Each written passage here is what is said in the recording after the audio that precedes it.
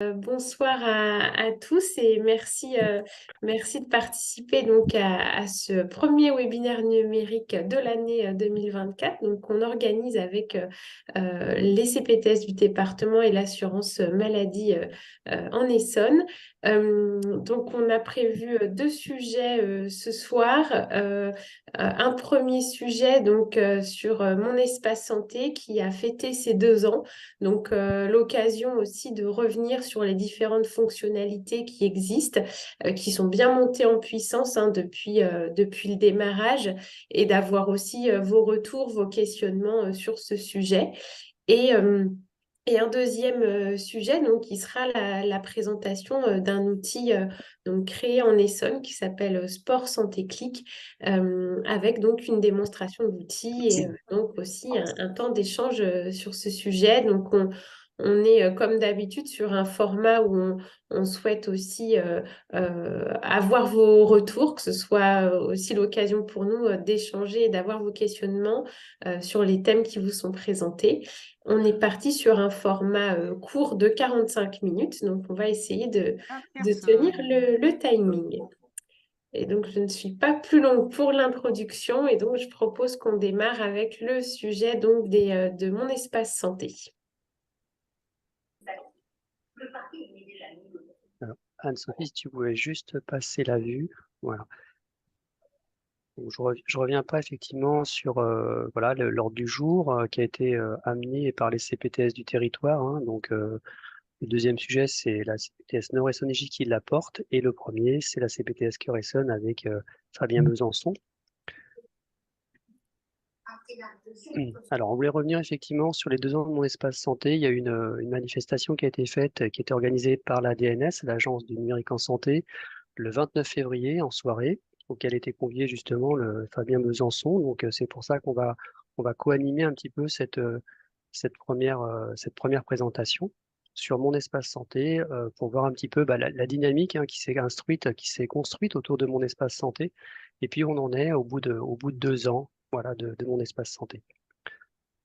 Alors, Peut-être sur la juste avant que tu entrée, enchaînes, Laurent, quand on a choisi le sujet avec Laurent ce soir sur mon espace santé, alors effectivement, j'étais convié pour intervenir sur cet événement, mais après y avoir participé, j'ai trouvé d'autant plus intéressant qu'on en parle ce soir parce que on est tous soignants là, on utilise des outils qui sont en lien avec le Ségur du numérique et notamment mon espace santé, avec des choses qui se sont mises en place progressivement de façon plus ou moins transparente pour nous au quotidien.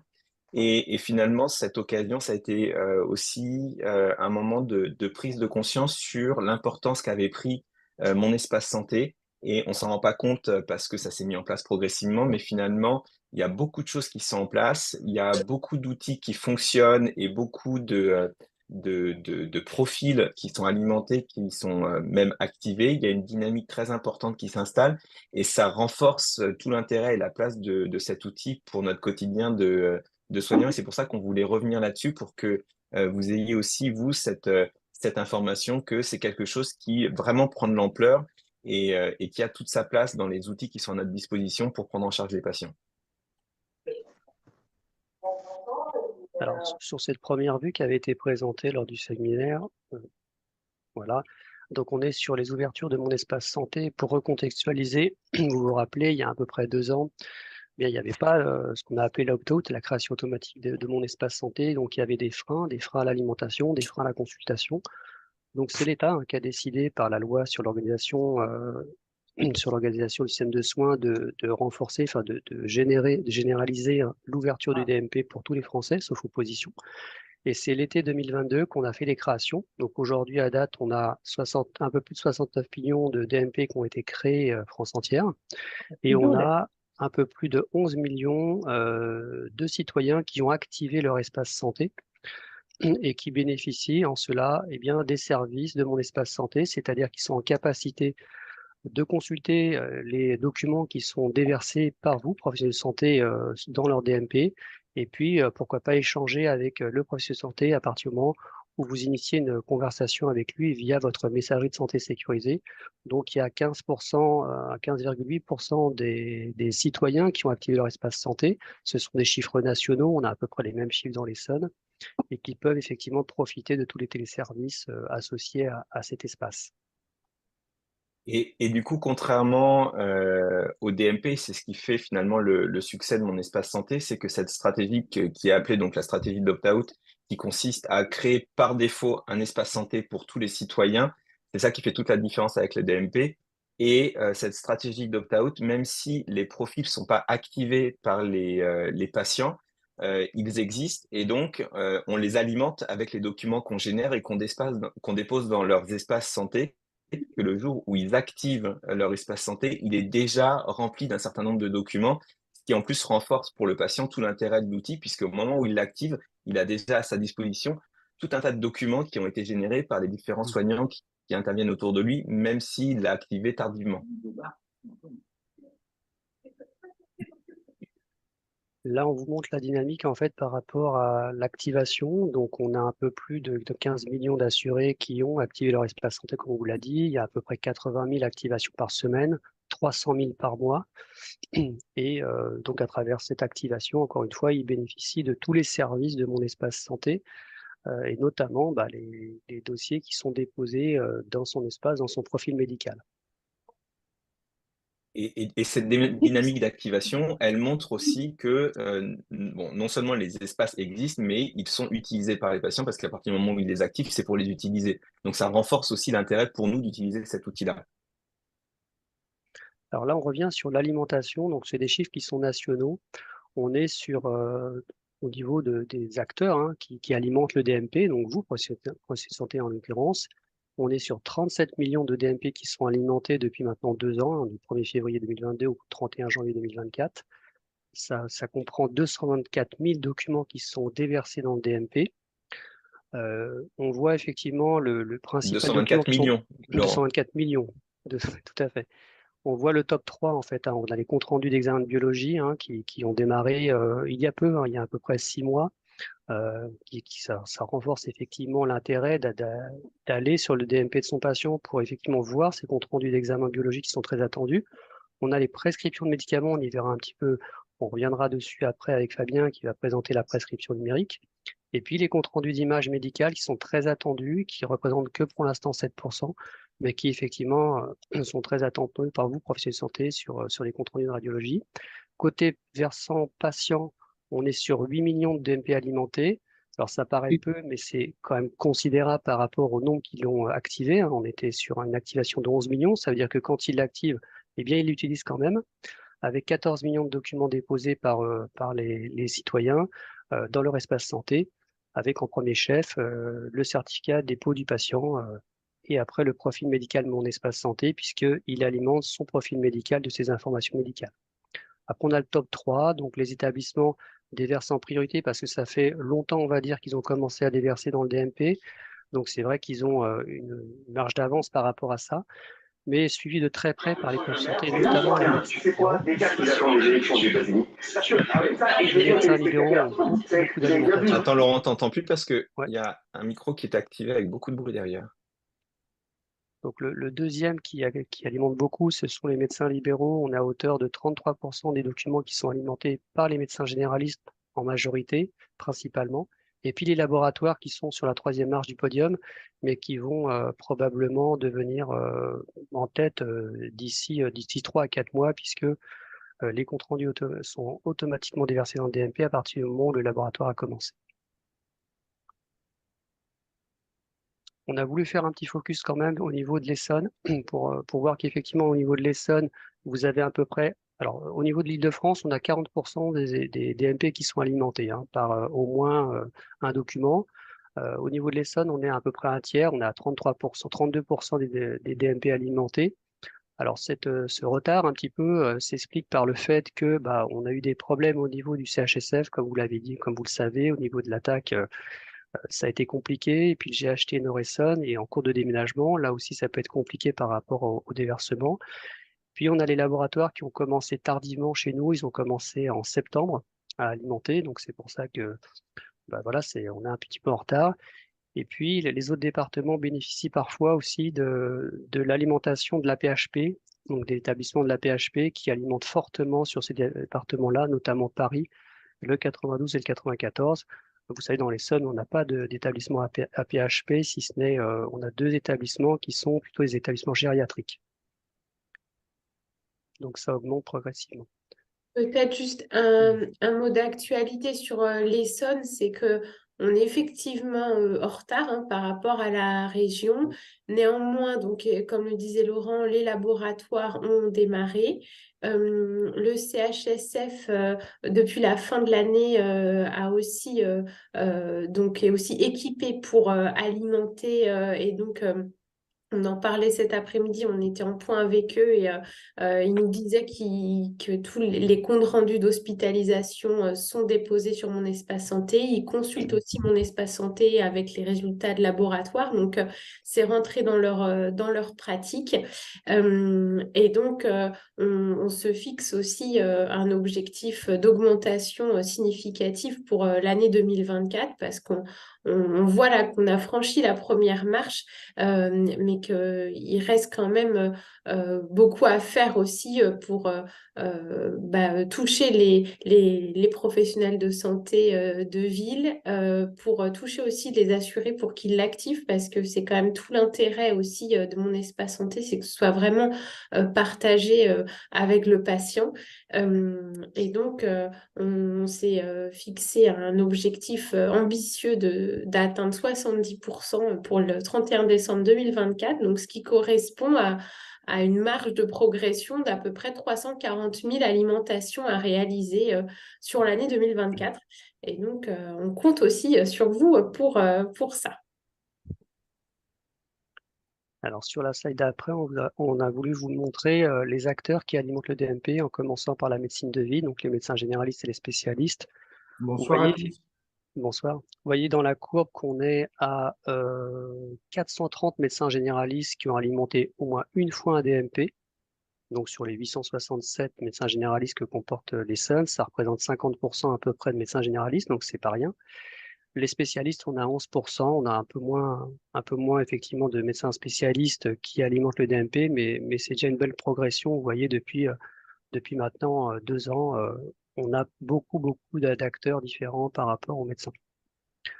On a voulu mettre aussi sur la slide d'après les autres acteurs. Les autres acteurs, c'est notamment le secteur hospitalier. Donc vous voyez que les établissements il y a à peu près 37 établissements qui alimentent le DMP. Alors ça paraît peu, mais c'est beaucoup à la fois parce on n'a pas non plus 50 établissements dans l'Essonne. Il faut savoir que tous les établissements MCO, c'est-à-dire les établissements cliniques et publics et privés MCO, alimentent le DMP. Et bien sûr, tous les établissements publics alimentent le DMP. Alors, il y a une marge de progression par rapport au nombre de DMP alimentés, le nombre de documents alimentés, mais tous alimentent déjà le DMP. Le deuxième acteur, c'est la biologie. Juste avant, je vais revenir quand même sur la biologie. La biologie, on voit effectivement que la courbe est assez faible, mais c'est un trompe-l'œil parce que si vous voulez, on a que cette statistique, c'est sur les grands groupes. On a 3 grands groupes dans l'Essonne de biologie et il y en a 2 qui alimentent, dont Serballiance. Serballiance, c'est 85% de nos laboratoires. Ça veut dire que vous avez à peu près 90% des laboratoires qui alimentent en compte rendu de biologie les DMP des patients de manière automatique. Autre slide, c'est sur le nombre de DMP alimentés. Là, on est effectivement sur vraiment le nombre de DMP différents alimentés. On est sur une courbe évidemment ascendante. On est sur 80 000 DMP alimentés pour le T3, les T4 pardon, 2023 au niveau des établissements sanitaires. Et puis, vous voyez qu'il y a quand même une courbe qui est toujours en augmentation. C'est celle des médecins, notamment un médecin de ville, un médecin généraliste, avec la courbe qui est en vert, qui a augmenté assez fréquemment, assez régulièrement pour avoir un pic au dernier trimestre 2024. Alors en général, évidemment, ce qui est alimenté, c'est les volets de synthèse médicale et les prescriptions de médicaments, donc les ordonnances numériques. Le point en rouge que vous voyez, c'est la biologie médicale. Comme je vous avais dit, ils ont commencé en septembre 2023 avec le groupe Serballiance. Non, c'est la slide d'avant. Voilà, donc vous avez, ah oui, votre couleur est pas très, voilà. Bon, c'est le troisième. Vous avez les laboratoires qui ont commencé donc en septembre avec voilà une forte progression. Donc on espère que ça va continuer tout au long de l'année 2024.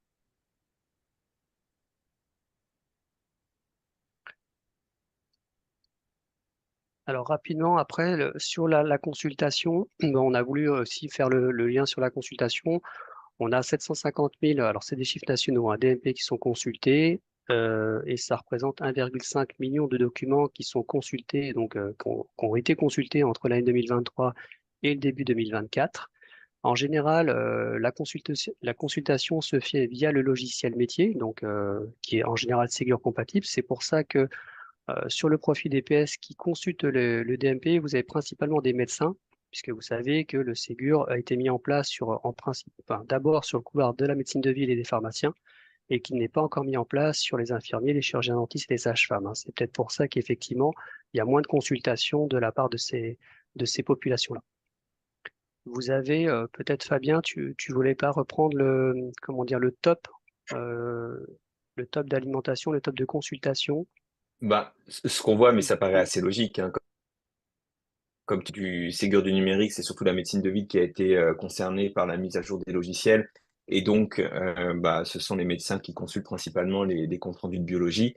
Après, on a effectivement, on retrouve les comptes rendus de consultation qui font partie des deuxièmes types de documents qui sont très consultés par les professionnels qui consultent le DMP et encore une fois, principalement les médecins. Et puis après, on trouve les prescriptions de médicaments.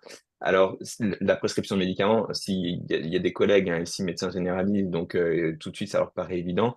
Pour les autres, en fait, l'utilité de consulter les prescriptions de médicaments, c'est des prescriptions qui ont été faites par d'autres médecins et ça permet de faire notre travail de coordination quand on est médecin traitant des patients. D'où l'utilité d'avoir ces ordonnances numériques qui sont déposées parce que ça nous permet d'avoir une vue d'ensemble sur ce que le patient a comme prescription. Voilà. Et sur la slide après, on a la même chose, mais au niveau local.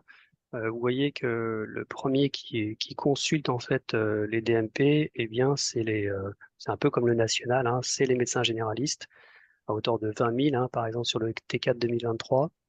Assez peu pour les spécialistes et les médecins radiologues, les biologistes et les établissements ne consultent pas encore le DMP.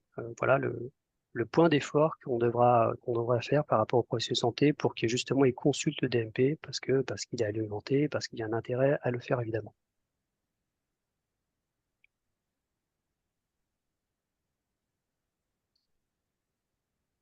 Je vois le temps qui tourne. Peut-être Ouais, qu'on peut on va laisser la accélérer un petit place aux peu. échanges. Ouais. Bah après, c'était les cas d'usage, hein. Effectivement, donc, dans les cas d'usage qui sont principalement basés sur mon espace santé, on va retrouver le carnet de vaccination, l'ordonnance numérique et le suivi de grossesse. Alors, on va peut-être pas rentrer dans le détail, effectivement, si le temps commence à filer. L'idée, alors sur les notes de vaccination, bon, bah, on comprend bien l'intérêt, hein, et surtout, on en revient toujours à ces histoires de coordination. Quand le patient est vacciné par le pharmacien, bah, le médecin traitant n'a pas forcément l'information. Une fois que c'est mis dans l'espace santé, bah, on le retrouve tous et c'est quand même bien plus pratique. Et c'est aussi très utile pour le patient qui après a son carnet de santé numérique et qu'il ne le perd plus. Et on n'est pas obligé de repartir de la dernière vaccination connue pour tout mettre à jour. Donc c'est un peu l'utilité de cet outil et qui commence à être quand même largement utilisé parce qu'on voit le nombre de documents alimentés sur l'année 2023, c'est 2 456 000. Après, je ne sais pas si Laurent, tu vas ajouter quelque chose rapidement ou si on passe sur l'ordonnance numérique Non, en pas sur quelques mots. l'ordonnance numérique, parce que en plus c'est ton Donc, sujet c'est là. encore la diapo d'après. Alors, on avait déjà parlé au cours d'un webinaire hein, du numérique, de l'ordonnance numérique. Tu peux passer à la diapo d'après, s'il te plaît, Anne-Sophie, merci. Là, l'idée de ces chiffres-là, c'est de vous montrer que quand on est un professionnel de santé et qu'on a en face de soi un patient, ça vaut le coup quand même d'aller voir dans mon espace santé ce qui se passe, parce qu'on retrouve toutes les prescriptions de médicaments, mais pas que. On a aussi les prescriptions d'actes de radiologie, de prescriptions paramédicales. Toutes ces prescriptions-là, elles sont téléversées dans mon espace santé. Et avec le Ségur du numérique, les logiciels sont maintenant de plus en plus interfacés avec mon espace santé pour que ça se fasse de façon tout à fait transparente. Typiquement, quand on utilise un logiciel qui est complètement Ségur compatible, on fait notre ordonnance comme on le fait habituellement et à la fin, c'est déposé automatiquement dans l'espace santé du patient. Donc, ça vaut vraiment le coup d'aller voir ce qui s'y passe quand on a un patient en face de l'intérêt. Si tu peux passer sur la diapo suivante. Alors là, c'est le cas d'usage typique hein, de l'ordonnance de médicaments avec l'ordonnance pharmaceutique qu'on a fait au patient et qui a été déposée dans mon espace santé. Le patient, lui, il peut la transmettre à son pharmacien. Par défaut, c'est la dernière pharmacie qu'il a eu consultée qui ressort dans pour la transmission de l'ordonnance, mais il peut en choisir une autre pour l'envoyer. Et le pharmacien a une notification comme quoi une ordonnance lui a été adressée. Et si le patient en a donné son accord et si le médecin a coché la petite case au moment de la création de l'ordonnance numérique, le médecin va pouvoir avoir un suivi de l'exécution de l'ordonnance. Donc, quand le pharmacien va délivrer les médicaments, le médecin, en retour dans son logiciel, il saura que telle boîte, telle boîte, telle boîte ont été délivrées au patient. Je peux passer sur la diapo d'après qui reprend, voilà. Oui, après, donc, c'est les évolutions et les enjeux de mon espace santé. Mais là, Laurent, je te laisse en dire un mot parce que c'était... Non, non, c'était bien, Anne-Sophie. Mets-toi sur la... Voilà, encore après. Diapo d'après. Voilà. Laurent, si tu veux en dire Là, un mot. oui, là, juste sur l'ambition, la vue d'avant. On a, Évidemment. enfin voilà, c'est là. On est sur la vague 2. Bon, là, vous avez vu que la vague 1 est passée, donc on est sur la vague 2. Et dans la vague 2, ce qu'on espère, c'est automatiser justement le dépôt des documents depuis le logiciel métier de matière ergonomique, sans clic de souris ou sans trop de clics de souris pour le PS pour que ça aille au plus vite et que voilà, il soit alimenté au maximum. Et aussi dans la vague 2, enfin, on va reprendre aussi la vague 1 pour le coup, pour les paramédicaux, hein, puisque vous en avez parlé tout à l'heure. Donc en 2025, on devrait être sur les infirmiers, les masseurs kinésithérapeutes, les chirurgiens et les sages-femmes pour leur donner effectivement un logiciel Ségur compatible comme les pharmaciens et la médecine de ville. Donc voilà, ça c'est les projets sur 2024. Donc rendre encore plus ergonomiques les logiciels, interfacés, et puis voilà, automatiser le dépôt de documents.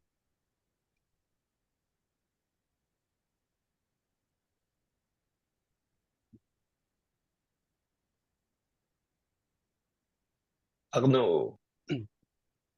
Oui, bonsoir.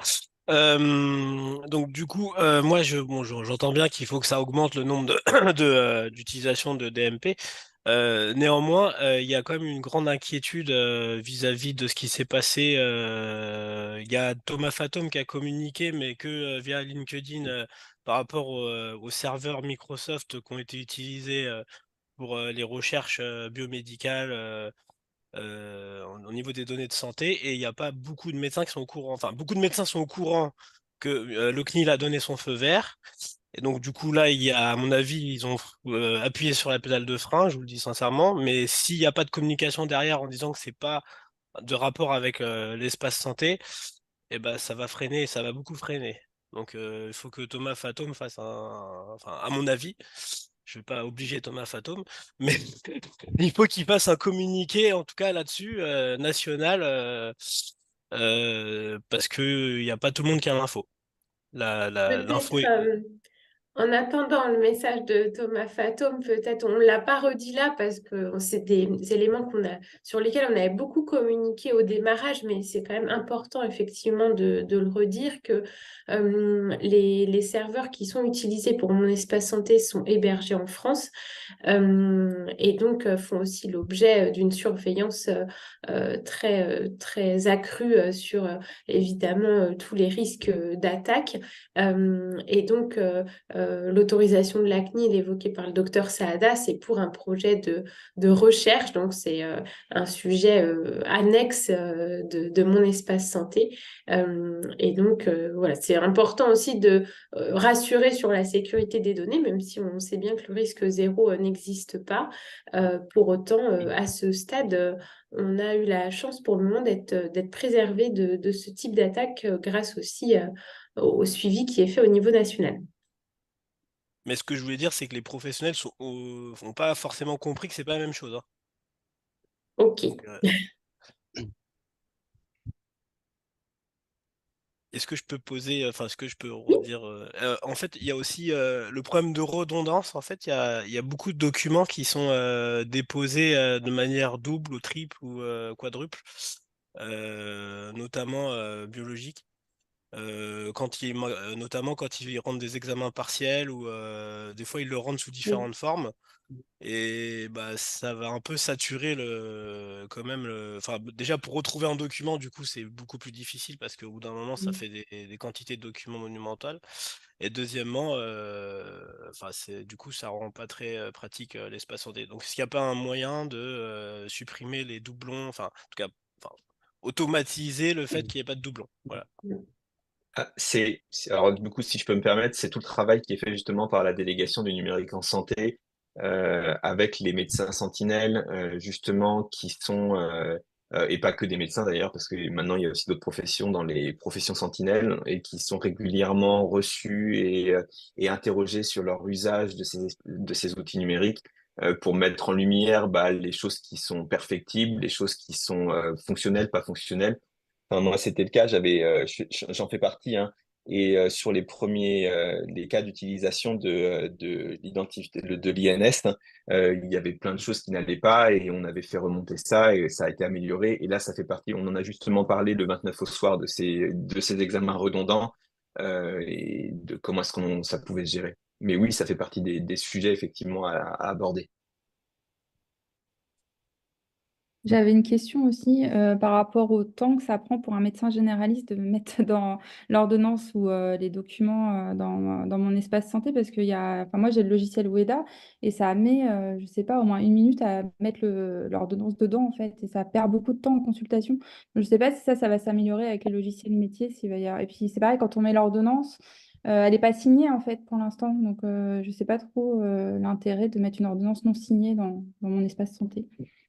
Ça, pour le coup, ça dépend complètement des logiciels et de où ils en sont de leur développement.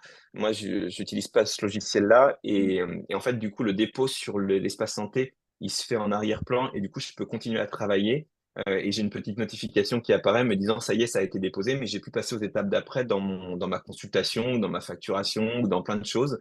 Nous, ça bloque. Et c'est pas bloquant. Je suis pas obligé d'attendre que ce soit terminé pour continuer à bosser dessus.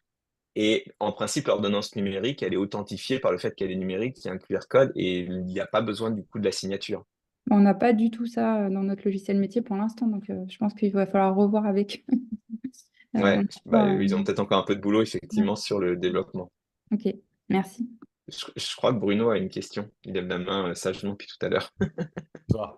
Oui, simplement vis-à-vis des coordinatrices des CPTS, est-ce qu'il est envisagé qu'on puisse enrichir les DMP de nos patients qui sont par exemple dans les parcours, parce que ETP par exemple vis-à-vis de l'hôpital, on a envie d'enrichir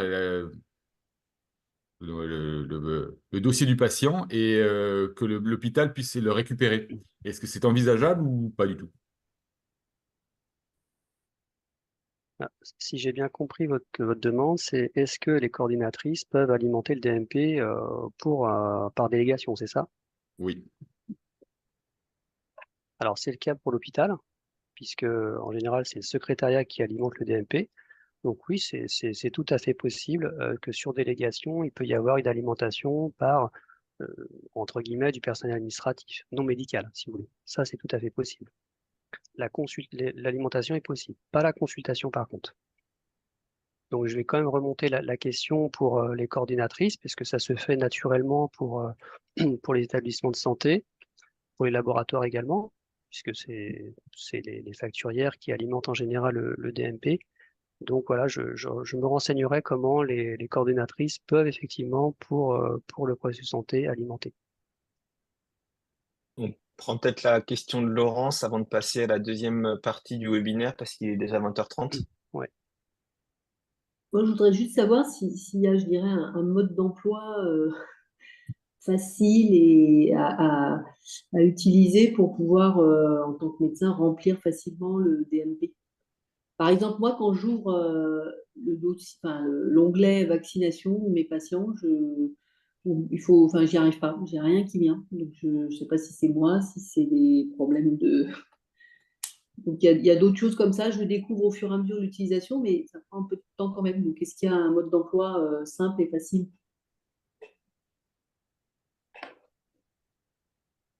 Alors, je pense que la réponse, elle est plutôt du côté des éditeurs de logiciels. Oui. C'est plus la prise en main du logiciel que de l'espace santé en lui-même, puisque c'est censé être maintenant complètement intégré dans l'usage que tu fais de ton logiciel. Ben non, j'ouvre l'espace santé, mais Ah, j'arrive à ouvrir l'espace santé, d'accord. mais par exemple, quand je clique sur l'onglet vaccination, moi, les 3 quarts du temps, je n'ai rien qui vient. Alors, est-ce que ça vient de mon logiciel? Je ne sais pas. quand on met un document, par exemple, bon, j'ai compris après que sur le coup, je ne le retrouvais pas. En fait, il faut faire un petit truc quelque part pour dire que, voilà, enfin, remettre à jour pour que ça apparaisse. Donc, voilà. Alors, est-ce que soit c'est mon logiciel, soit c'est lié au DMP, mais du coup, moi, je veux bien un mode d'emploi, quoi. Parce que ça prend du temps quand même. Un mode d'emploi, je suis pas sûr qu'il y en ait un, puisque ça dépend effectivement du logiciel. Par contre, ce qu'on peut faire, c'est vous accompagner, c'est-à-dire voir avec vous le logiciel, comment il se comporte. Et s'il y a une difficulté, un problème, on peut le remonter à la DNS pour savoir si c'est normal ou comment fonctionne le logiciel, quoi. Parce que là, on est vraiment sur la fonctionnalité pure du logiciel, je pense. Mais on peut faire remonter au national, comme l'opération Sentinelle dont tu as parlé, Fabien, tous les dysfonctionnements ou les non-ergonomies, entre guillemets, du logiciel métier. Ils font, justement dans ces enquêtes auprès des soignants sentinelles, ils font aussi des enquêtes par logiciel justement parce que eux, ils rencontrent les éditeurs, promettent monts et merveilles et qui leur disent que oui, oui, ça y est, ça fonctionne. Et après, ils vont voir les utilisateurs et ils leur demandent des démonstrations pour voir si ça fonctionne réellement, si c'est ergonomique ou pas. Donc oui, je pense qu'il faut le faire. Enfin, Laurent dit qu'il va le faire remonter et à juste titre, hein, parce que peut-être qu'il y a des éditeurs qui ne sont pas encore en phase avec les développements. Ok. Et autre question, quand on ouvre un DMP et que on a le petit mot qui dit que il y a un truc qui est bloqué, donc le DMP du patient a été ouvert, mais il y a quelque chose qui est bloqué. Donc les gens souvent ils sont même pas au courant qu'ils ont un DMP, donc a priori non, c'est pas eux qui ont refusé l'accès. À qui doivent-ils s'adresser? Enfin, je leur dis de s'adresser à qui? Parce que souvent pour eux c'est quand même Alors, ils si ne dans le connaissent pas. document, ouais, c'est le 3422. 3422. Oui. Il y a Donc, c'est la plateforme. il y a une ligne téléphonique dédiée qui a été créée pour tous les problèmes liés à mon espace santé. Ok, ça marche. Il y a un numéro vert. On aime bien les numéros verts. Ouais, ouais. Même rouge, c'est pas grave, mais numéro.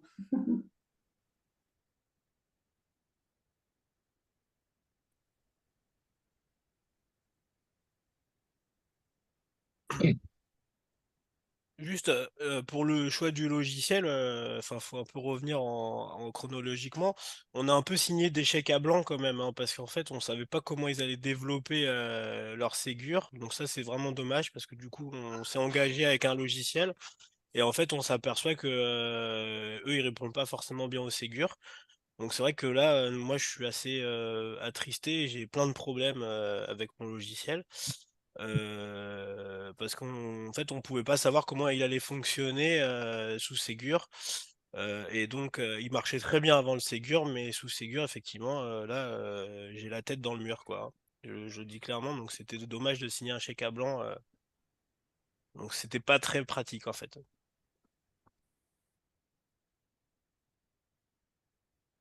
Après, effectivement, l'objectif aussi de ces dialogues qui sont faits au niveau national avec les éditeurs de logiciels, c'est d'éviter qu'il y ait ces disparités-là. Et donc, effectivement, ils ne sont pas tous partis à la même vitesse, pas tous non plus sur les mêmes sujets. Il y a ceux qui étaient pris en premier, il y a ceux qui étaient pris en premier, mais qui ont plus mis de côté l'ergonomie et c'est ça qu'on retravaille aujourd'hui avec eux. Laurent parlait tout à l'heure du nombre de clics parce que c'est une demande aussi express de pas, voilà, que ce soit simple d'utilisation et qu'il y ait effectivement ce côté un peu transparent dans l'utilisation.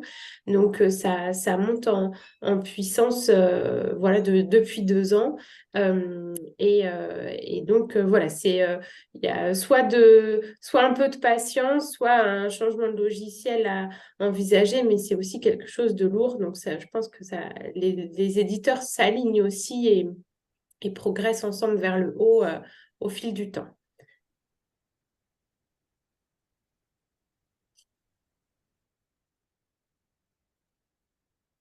Je vous propose qu'on passe au deuxième sujet. Et donc, avec la présentation donc, de l'outil Sport Santé Clic. Bonsoir. On va se présenter peut-être pour ceux qui ne nous connaissent pas. Moi, je suis Virginie Trumeau, je suis infirmière en pratique avancée sur la maison de santé et la maison sport santé de Savigny-sur-Orge. Et du coup, moi, je suis le docteur Besnier-Céline, donc je suis médecin généraliste à la maison de santé aussi de Savigny-sur-Orge et maison sport santé. Et donc, je suis on va dire, la fondatrice de Sport Santé Click avec toute une équipe autour de moi. Voilà.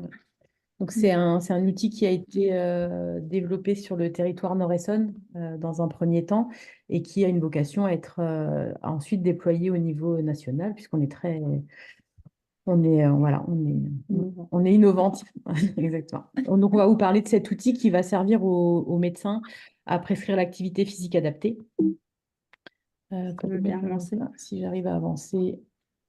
Voilà. Ouais. En gros, nous, on est une maison sport santé depuis 2019 et puis on s'est vite aperçu que toutes les pathologies chroniques entraînaient des soucis cardiovasculaires, qu'un grand nombre de la population était à la fois sédentaire mais aussi inactive et que aujourd'hui déjà c'est un problème mais que dans les années qui viennent ça va être un coût énorme pour la société d'avoir des pathologies chroniques qui se développent. Et du coup, voilà, l'activité physique, pour nous, c'était un médicament non chimique qu'on pouvait proposer à nos patients. Donc, on a développé cette activité-là au sein de la maison de santé et on est devenu une référence maison sport santé. Mais on s'est vite aperçu qu'on avait très peu de prescriptions. Donc voilà, c'est le docteur Céline Besnier et un médecin, le docteur Colette Norman de la médecin du sport et de la Dragesse. Et on est entouré d'une équipe d'experts médicaux en activité physique adaptée, développeurs, designers, etc. Mais donc, je vous disais on s'est vite heurté à un problème de prescription médicale, puisque les médecins prescrivaient très peu l'activité physique adaptée pour plein de raisons. Euh, et la première, c'est un manque de temps. Ça prend du temps, de tout prescrire prend du temps, mais l'activité physique en particulier, puisqu'il y a énormément d'éléments à mettre sur une prescription. Donc, on a décidé de créer un outil qui serait gratuit d'abord, rapide, où on n'aurait pas besoin de code d'accès, où en quelques clics, on pourrait mettre un maximum d'informations, qui serait validé scientifiquement puisqu'il a été créé par des médecins, pour les médecins, et validé par des experts du monde scientifique et du sport, et un outil évidemment qui serait sécurisé puisque avec le respect du secret médical, il est voué à être la prescription est vouée à être lue par des professionnels de santé, mais pas que, puisqu'on a des enseignants en activité physique qui ne sont pas des professionnels de santé qui vont lire les prescriptions. Donc, on ne partage aucune pathologie, aucune donnée médicale sur la prescription. Et la prescription est remise en main propre au patient avec des fiches conseils adaptées. Là, je vous ai mis un exemple de prescription, mais voilà, qui est généré à la fin avec l'outil. Mais ce que je vous propose, c'est de passer tout de suite à une démonstration pour que vous puissiez voir l'outil avant d'aller l'utiliser ou d'en parler autour de vous. Arrête le bloc, il faut que j'arrête là. Et je vais me connecter sur le site. Donc là, on est sur la page d'accueil de Sport Santé Click. Est-ce que tout le monde voit?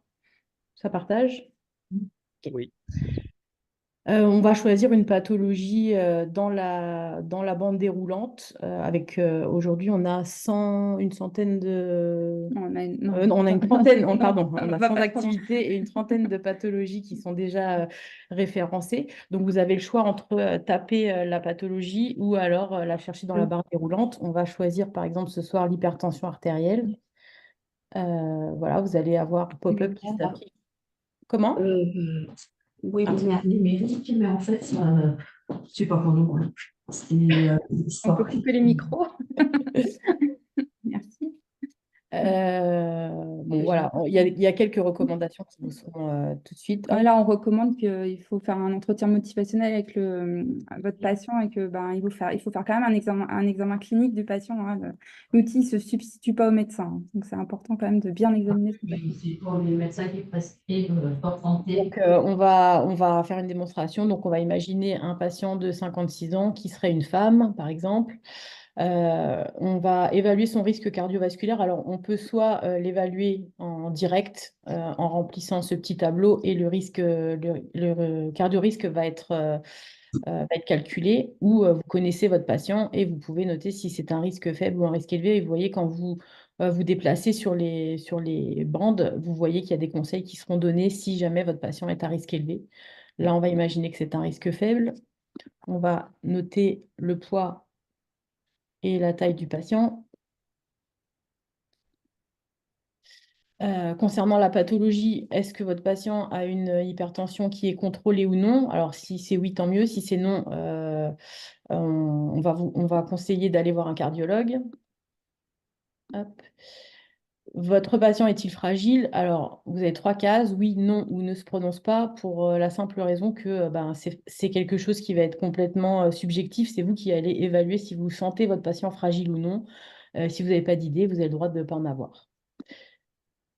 Est-ce que le patient présente des limitations fonctionnelles sévères? Donc ensuite, en dessous, vous avez déficit de la force musculaire, l'amplitude articulaire, l'équilibre ou des troubles cognitifs sévères. Hop. Alors si oui, pareil, en fait, vous allez avoir des conseils en fonction des réponses que vous donnez sur le site. Votre patient est-il actif ou inactif? Votre patient est-il sédentaire ou non? Et donc là, on a choisi l'hypertension artérielle comme exemple, mais on sait très bien qu'un patient, enfin les patients sont polypathologiques et qu'on ne va pas pouvoir se cantonner à une seule patho. Donc, vous allez pouvoir croiser les pathologies en fonction des traitements. C'est-à-dire que là, on a un patient qui est hypertendu, donc on va imaginer que voilà, qu'il a des bêta-bloquants, mais il peut aussi être diabétique et être sous insuline, et puis dépressif et être sous psychotrope. Donc, vous allez pouvoir ajouter les pathologies avec les traitements. Ensuite, on passe aux zones douloureuses. Donc, en se promenant sur le bonhomme, on va pouvoir choisir les zones qui sont douloureuses pour le patient. Vous allez pouvoir aussi annoter si votre patient a des troubles de l'audition, de la vision, des troubles de la sensibilité ou des troubles cognitifs. Il faut savoir que sur la zone bleue, sur le côté, en fait, vous avez toutes les recommandations bibliographiques. C'est en fait, on a fait des revues de la littérature sur les 10 dernières années, puis on a interrogé via la méthode Delphi des experts au niveau national sur le sport santé pour pouvoir créer l'outil.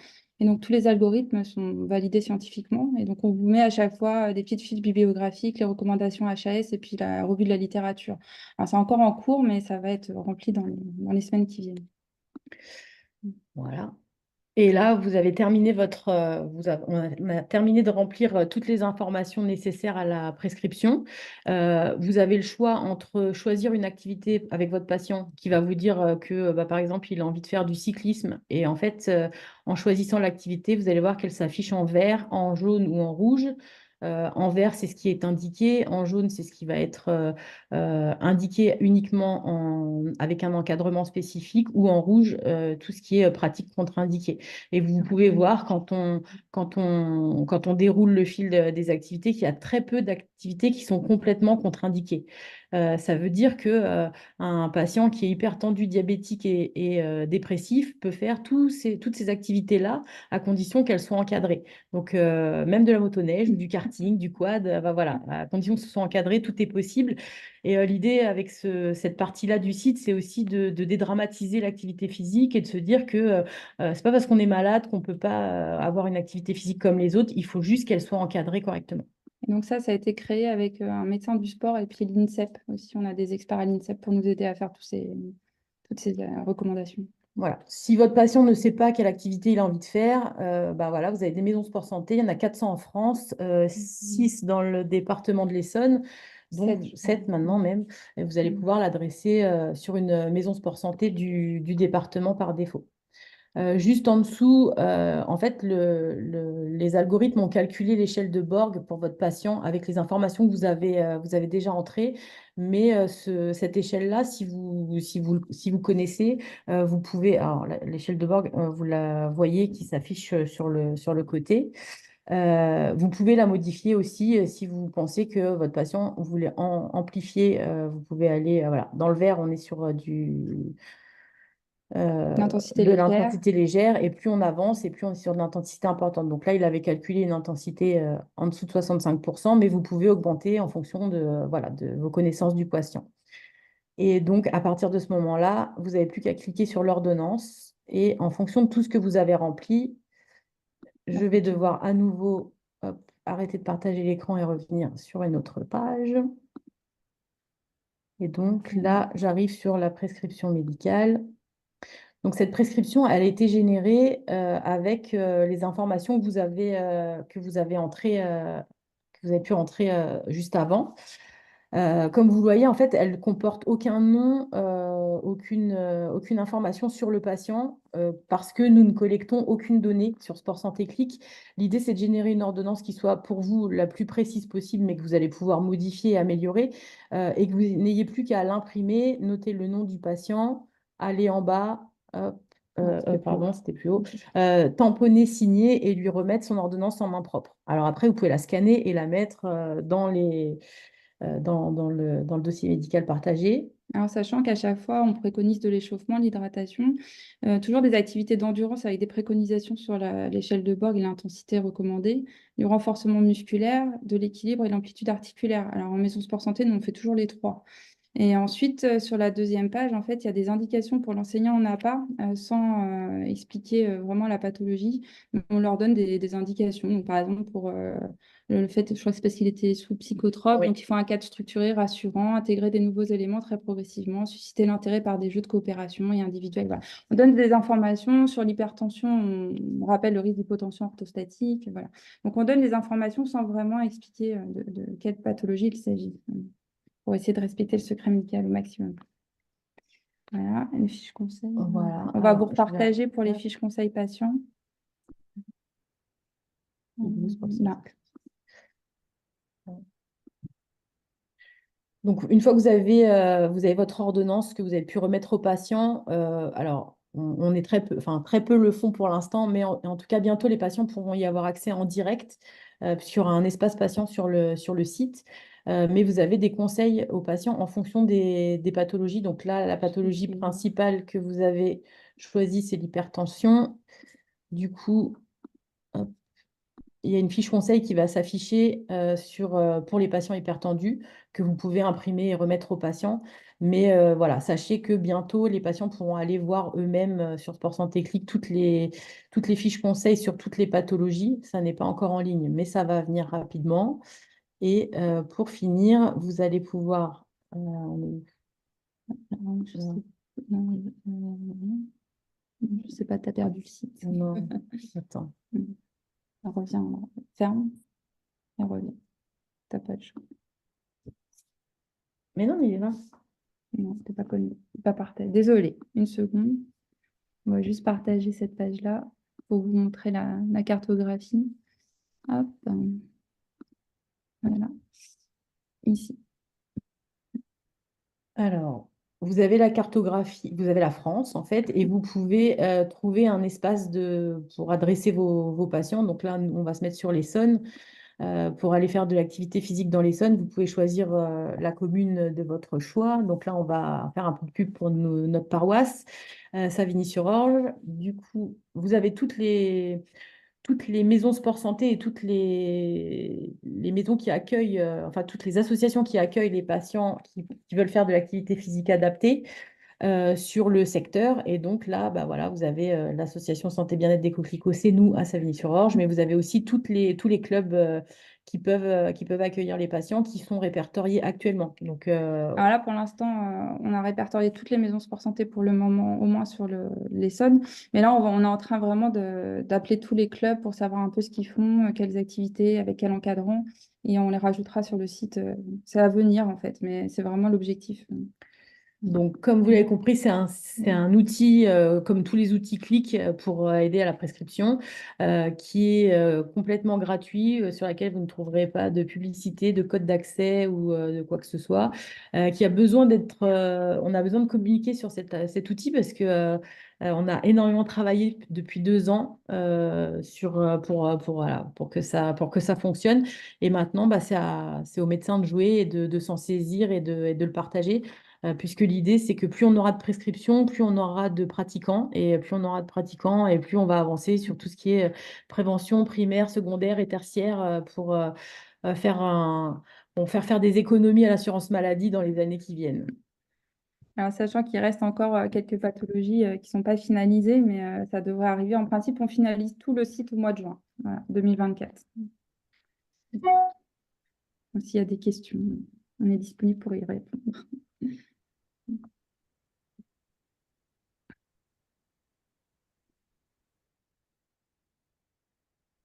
Pas de questions. Bon, c'est que tout le monde est convaincu. C'était très clair, en fait. très clair, très complet. Et voilà, Moi, j'ai juste une petite remarque. En fait, j'avais cru comprendre que les maisons sport santé avaient répertorié justement toutes les activités ou les.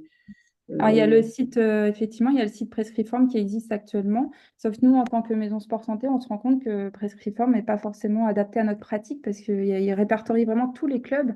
Et sauf que nous, on voudrait répertorier vraiment les clubs avec les encadrants en activité physique adaptée et ceux qui réalisent vraiment des activités en petits groupes. Voilà, Et des bilans surtout. Et En des fait, bilans l'idée, c'est aussi. que Voilà. quand on fait de l'activité physique adaptée pour les pratiquants, il y a un bilan avant de commencer, puis il y a un bilan à 3 mois, à 6 mois, à 1 an.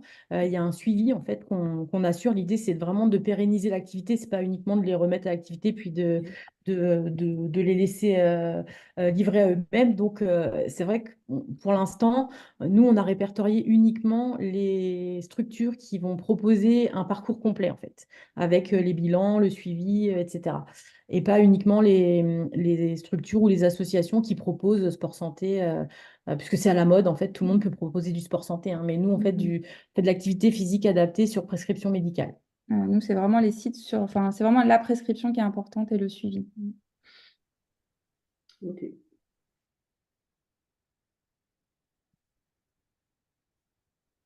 Bonsoir. J'ai une petite question. Si on a connaissance d'un club qui pratiquerait effectivement du sport santé avec des éducateurs en APA, pardon, excusez-moi, est-ce qu'on peut les renvoyer vers vous pour qu'ils se mettent en rapport, pour qu'ils fassent partie de Sport Click Santé? Oui, il n'y a pas de souci. Il faut qu'ils reviennent vers nous, puis on voit avec eux les modalités. On vérifie tout, en fait. Donc, Ouais. il faut qu'ils se rapprochent de nous, sachant que ils peuvent nous contacter directement via le site ou après contacter la CPTS et puis Nord-Est et puis ils nous transmettront. On fera le relais. les coordonnées. D'accord. Pour nous, Merci. c'est hyper intéressant, hein, si vous connaissez des enseignants en APA qui ont des propositions à faire, nous, voilà, en tant que maison sport santé, mais aussi pour l'outil, on est ravis de les intégrer. Et puis diffuser à tous les médecins généralistes que vous connaissez. Enfin, nous, on serait heureux. Pas de souci. Merci.